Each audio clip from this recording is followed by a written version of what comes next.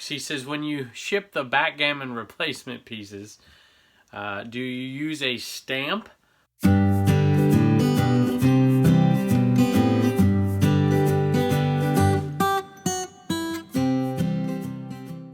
I have a question from Renee. How much money do you take to garage sales?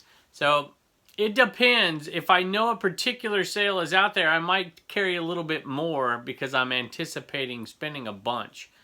But typically, I would say I never go out with less than $400. I shouldn't say never. I don't ever want to go out with less than $400. Occasionally I do. It's because I forgot to go get money. But $400 I think is the minimum, and oftentimes I'll carry more than that. Usually at least 100 in ones, 100 in 10s and 5s, and then 20s for the rest of it. It's typically what I try to do. I don't carry it all on me. Well, I don't want to tell you all my secrets, but I keep it in different spots on my body, on my person, and in my car, just in case something happens. But, you know, I mean, out where I'm at, it doesn't often happen. So that's what I typically do. Let me know out there, what do you guys do? How much money do you take out? I have often, I shouldn't say often, I have had to go to the bank many times over the years to get some more money. So I also take quarters. Makes it quick, you know. You don't want to have to wait around and make change if you don't have to, although I need to do better about that. And also bringing my IKEA bags. But you know what? I leave the IKEA bags behind a lot for two reasons. One, I forget, and two, I like to bring them and put them in the car. But I don't like to have them out there with me unless I think I need them at a particular sale, because they crackle and the video sounds terrible. So great question. Let me know below how much money you guys bring. Hey, I have a question from Debbie. She says, hi, Kevin, love your accent and your videos. And, you know, I would say I catch more flack about the accent than anything else. They're like, you're a phony, you're a fraud, you know, you say you're from California. Which, to be honest with you, you know, when I'm in here, I have a little bit of my accent is a little bit more muted. When I'm out there picking, it's a little bit bigger. I don't know how to say it. And that is true. I listen to those videos. I'm like, man, I sound like a country bumpkin out there. I don't sound quite that bad in here, or good, depending on what your perspective is. But thank you for that, by the way. And I do appreciate it. But anyway, just recently retired from teaching and need to do some decluttering and want to do it with eBay. I've heard people talking about death piles. Can you tell me what that means? Yeah, basically it's where all the stuff that you buy that you haven't listed goes to die. And a lot of times, it's the items that maybe you shouldn't have picked up because there's cleaning to do, or you don't enjoy listing that item, or it's not that big money maker that you just want to get on eBay and list, and they tend to grow. Those piles tend to grow. So one little strategy, I think, for people who have these death piles, I've talked about this kind of before and said things like, hey, I list, you know, how many items a day do I list? 10 items a day, or this time of year, 7 items a day, or in the summer, 12 items a day, or whatever it is. But one little thing to do, I think, is to say, yes, I'm going to list X amount of items per day, 10. Let's just say 10, it's a nice round number. But out of those 10, one of those items has to be a death pile item. It has to be an item that you do not want to list. And I also do things like, and one of those items has to be a large item. So every single day, I'm not just listing all the easy things.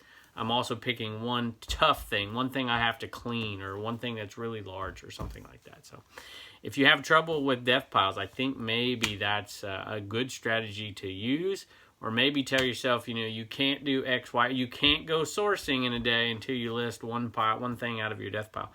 Something like that. So let me know what your strategies are for that death pile, or if you've been successful at not buying the things that end up in that death pile. That's my definition of a death pile. I'm sure other people, some people just, everything they buy goes into one place, and that's your death pile, good, bad, or indifferent. So anyway, thanks for the question, and a little shout out to a fellow teacher. Thanks, or a retired teacher. I wish I was a retired teacher. I have a question from Nancy. This is an interesting question. I've actually never had this question before, and she says, this is in reference to the video, the shipping video I do, where I'm shipping some Visions Corningware and one other glass item. And she says, do you ever put a fragile sticker or write fragile on a glass item? I have in the past. Most of the time I don't. I basically picture in my mind, hey, if I was a busy postal worker and I chuck this item, is it going to survive? I personally don't think they're all looking at those stickers, to be honest with you. But if there is a postal worker out there, or if somebody works for UPS or FedEx or something, does the fragile sticker matter? Don't ask me if it matters. Ask them. So if you are one of those people here, tell us in the comments below. Should we put the fragile sticker on it or not? I have an interesting question from Jennifer, and I've never been asked this question, and I don't know the right answer. I know what I would do for particular items, but then when I read somebody else's answer to it, I'm going to read you their answer because I like it. Question on bubble wrap. Is it correct to put the bubble facing the item or away from the item?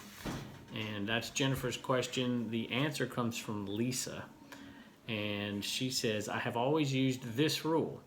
If the item has texture on the body, like patterned glassware or pottery, but especially for things like figurines, I put the bubbles facing against the texture, facing in for a couple of layers for the cradling support of the design. Then generally the outer layer, I'll put the bubbles facing towards the box wall. So my answer was not nearly as intricate as I was thinking about what I was going to put, and then I saw that. But it's basically the same answer I would have given. I just wouldn't have said it so eloquently. I would have basically said I put the first layer facing in and the second layer facing out. But man, very nice answer. So Jennifer, I hope Lisa helped you. All right, I have a question from the Purple Libra. How would you ship a jigsaw puzzle on eBay? So most of them are going to end up going priority mail. If you put them in a box, they're going to be over. However, if you find some, I ship some first class in their original box, but I always put it in the description.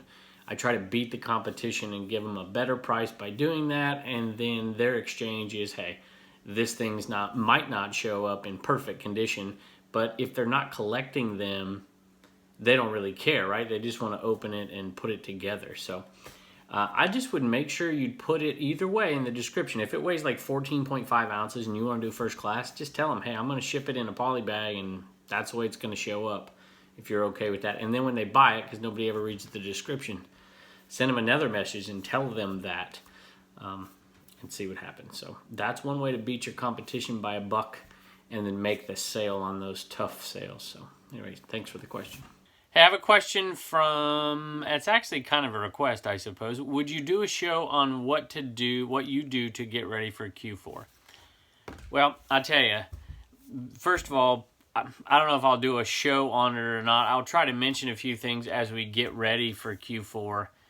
I will say that doing what I do, this type of picking and reselling, you know, everybody buys all kinds of different things at Christmas, so it's not just brand new things in the package.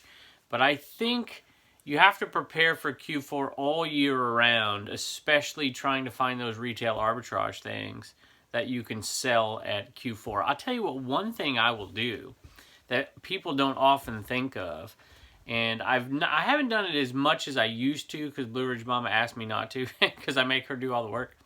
But I buy Halloween costumes all year round when I find them.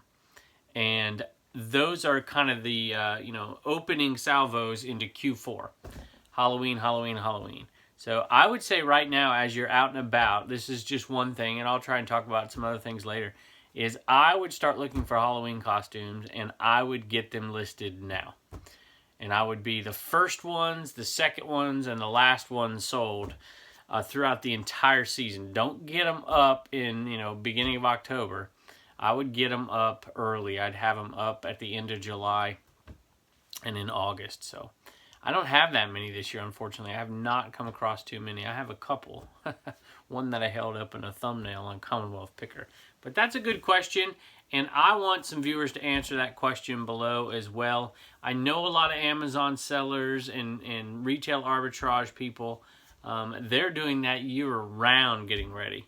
And so our Q4 here is still big, don't get me wrong, but it's not like, half of our business. So good question. Thanks. All right, I often get the question about how I ship long things, and I'll tell you what, it's really simple. You got to order these boxes.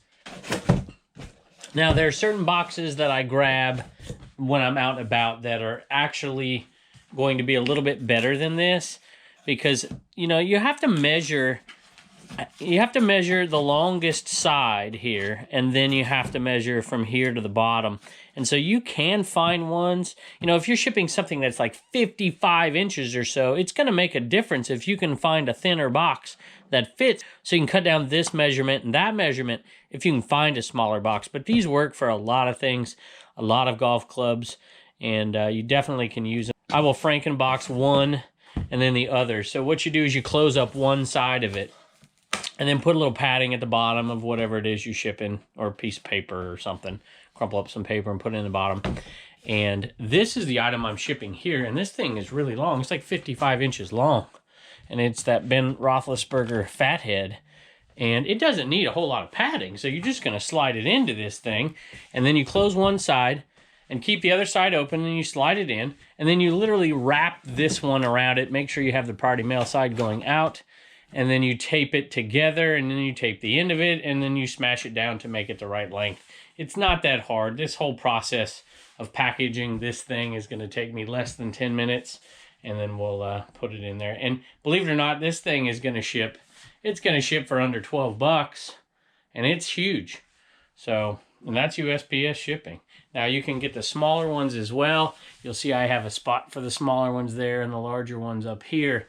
And sometimes you don't have to use these two big ones. You can just use that one and then throw the smaller one on the end. They're the same size other than the length, obviously. And that's how I ship those. So let me know out there if you have any interesting techniques for shipping long items that are different than this, and the viewers can take a look at that. All right, I'll show you the finished product here in just a second. All right, I timed it. It took me 6 minutes and 22 seconds. There it is. And it's nothing to it. You know, they're the exact same size, so you're going to have a problem. So usually what I do is I'll split this right here. You see this edge right here. And I'll just split it and slide it on, and that makes it a lot easier. Or you can just split it a little bit and get it on and then push it down, and the whole thing splits until it gets to the end right there. And then you tape it up really good. And then there you go. That's what you got. So that's how I do it. It's free. So, well, it's not free to ship, but it's free for the boxes. I have a question from West First Books. He says, when you ship the backgammon replacement pieces, do you use a stamp? Or if you do use a stamp, how do you get past the eBay tracking? So if you don't do eBay shipping, or if you don't do shipping outside of eBay that gives you a tracking number that you then upload to eBay, you're going to get dinged. You can only do that so much before eBay dings your account. You're not going to be top rated and all those things. So I don't do that on my main account, and I don't do that on my other account either, but I do know that some people have a separate account where they just sell things like that, you know, baseball cards or stamps or something really small that they can afford to just use stamps with. So we do stamps when we sell these stickers out of the Commonwealth Picker store. That rhymes. And Reagan hand addresses them and things like that. But, you know, and you're saving a lot of money because you're not having to do the trackable first class stuff. But I don't do that with the backgammon pieces. I sell so many over the course of a year, I would lose my top rated if I did that. So there's my answer to the question. So if you want to sell those kind of things, my suggestion is to open a totally different store or open another account and just do it on another account. So let me know out there if you guys do that. Do you have a separate account where you're going to ship things out just using a stamp? So let me know in the comments what y'all are doing out there and help West First Books out too. I have a question from Haley R. and she says, what do you teach? So I am a history teacher. I teach advanced placement world history, which used to be the entire history of the world. That's what the course was. And it was quite a bear. Now it is, AP World History is 1200, AD 1200 to the present, which is definitely doable compared to the other one. So that's what I teach. I used to teach World History 1, a little bit of World History 2. But now I teach AP World. So thanks for the question.